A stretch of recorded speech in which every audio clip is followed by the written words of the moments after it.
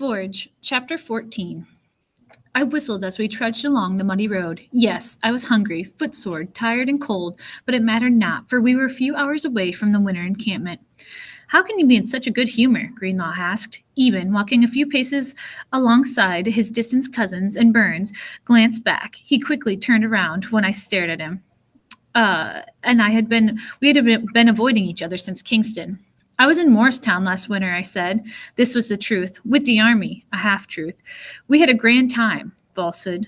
Did you have parties? Benjamin Edwards asked, with ladies who liked to dance and drink punch. This caused much hooting and laughter and shoving, as poor Edwards' form. He protested loudly until we stopped.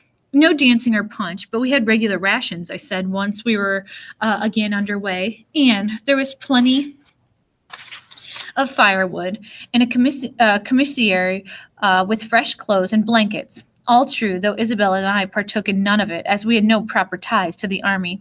Everyone groaned with pleasure at the notion.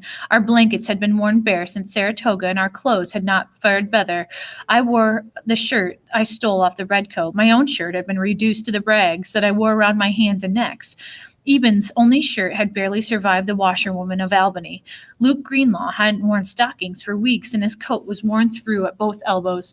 Both the Janak twins wrapped scarves on their heads on the cold mornings, for their hats had been stolen one night in an Albany tavern. The shoes of old man's civilness were made of more of dirt than of leather. He felt it necessary to remind us of this every day. We were a filthy pack of tattered Dumalians. Greenlaw picked up a bug crawling along his sleeve. I can't figure how the officers were going to fill our hours. Won't be any fighting. General Washington might as well send us home until spring. We could come back after Easter, then thrash the British and return home in time to plant corn. Ha! Exclaimed Civilness. His Excellency is no fool. He'll keep us busy and marching and drilling, because if we left for home, he might not ever see us again. The fellows at Morristown kept busy, I said. They made musket balls and repaired guns and rolled cartridges. They had more to do than hours to do it in. What was your role? Asked Greenlaw. Advisor to General Washington, the proper method of stone throwing? I waited for the laughter to die down. I had, in fact, once served General Washington a steak dinner of kidney pie at my master's house in New York, but they would never believe that. I worked with a blacksmith, I said, which was both true and believable. Warmest job in the entire camp. I'll wager you right now I'll get to do it again. Blacksmiths don't want clumsy oafs helping them in the forge. They need skilled chaps like me. I stumbled upon a new thought and near tripped over the rut in the road. In Morristown, some of the officers had hired privates to be their manservants for the winter. I was well suited to the task. It would be less work for me and more comfort than working the bellows or breathing the charcoal fumes at the blacksmiths. Once I got my bearings at Valley Forge, I'd make inquiries. I have no use for poxy blacksmiths or general advisors, grumbled Civilness. I need a cobbler before my shoes lie down and die. I'd be content with a cook, Greenlaw says. The sun was in the west by the time we made our way up to the winding road of the encampment. We passed by a first, then a second set of guards, and we were directed to a road that branched away from the river. All of us had fallen quiet. The sunset burned red, and coal buried deep in ash. Darkness fell a mile later. We passed the fire camps, ringed by tired-looking fellows warming their hands, tents pitched like sagging ghosts behind them. There was little talk, no laughter. On the far side of the muddy field stood a collection of large marquee tents fashioned in high-ranking officers, with room for proper furniture like beds and tables and chairs. Shadows moved inside of them. We removed our muskets, tents, and cook kettles from the wagon, and then we watched as the sergeant drove it into the darkness, taking with him Burns and Eben to help with the unloading of the beef barrels. He told us to wait whilst the captain reported to the general staff. The first stars shone overhead. Thought you said there'd be food, Greenlaw groused at me. The sergeant will bring back our rations, I said, still pretending to be an authority on the winter encampments. We fell quiet enough to hear the voices of the officers' tents, as well as loud voices in the distance. Then Sergeant Woodruff and another Massachusetts officer ran past us without a word, straight to the tent that the captain had entered.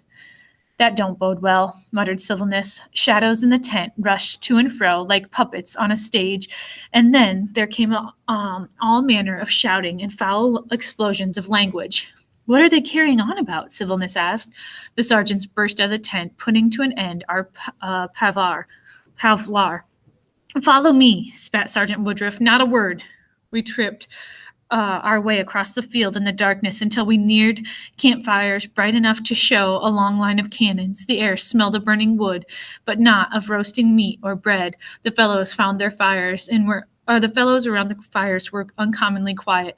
Sergeant Woodruff halted. Gather around, he said low. We formed a circle around him. Eben and Burns had caught up with us and are a few paces away. The blasted meat is spoiled, every bite of it, the fellows groaned. Sergeant Woodruff dropped his voice to a whisper. The brine don't have enough salt in it. Likely a British trick. They've been playing merchants to sell us spoiled goods, according to the officers. Some flour is due to arrive from Reading in the morning. That will tide us over. Greenlaw could not keep quiet. We haven't eaten all day, sir. The sergeant raised his hand in warning. Most of the soldiers hadn't eaten in 2 days. I smelled food by the officer's tent, Greenlaw protested. Surely they should share it. The sergeant pointed at him. That is the last word out of you on that subject, Private Greenlaw. Officers get fed first and best. That's the way of the army. You shall not question it. Greenlaw breathed harder, but bit back his reply. Most of the 16th Massachusetts will be sent to forage tomorrow. Our company has been attached to the 4th New Hampshire. We'll camp with them in the morning. Tonight you'll pitch your tents near those, he pointed to the shadows beyond the firelight, with the artillery. Uncle, Eben asked softly, wouldn't it be better to find the New Hampshire barracks tonight? There are no barracks.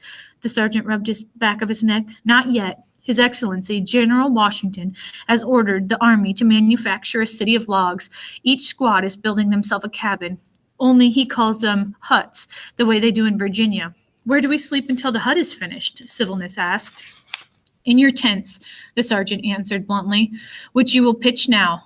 This is madness, Burns muttered. Much as I loathed him, I agreed. We fumbled with stiff fingers to put our tents in the dark, but it was impossible. At last, we laid the canvas on the ground and laid ourselves upon it. I was forced to sleep on the edge, with one side next to Eben and the other exposed to the night air. I wiggled until my back no longer touched his. Then I pulled up my collar, pulled down my hat, and tried to warm myself with thoughts of blazing bonfires and buckets of hot tea. Brown coughed without ease until Sylvanus cursed at him. After that, he coughed with his face buried in his arms. Above his cough, I heard owls, the wind, and the chant of echoing from the campfire. No meat. Thousands of hungry soldiers took up the cry. No meat, no meat, no meat, no meat.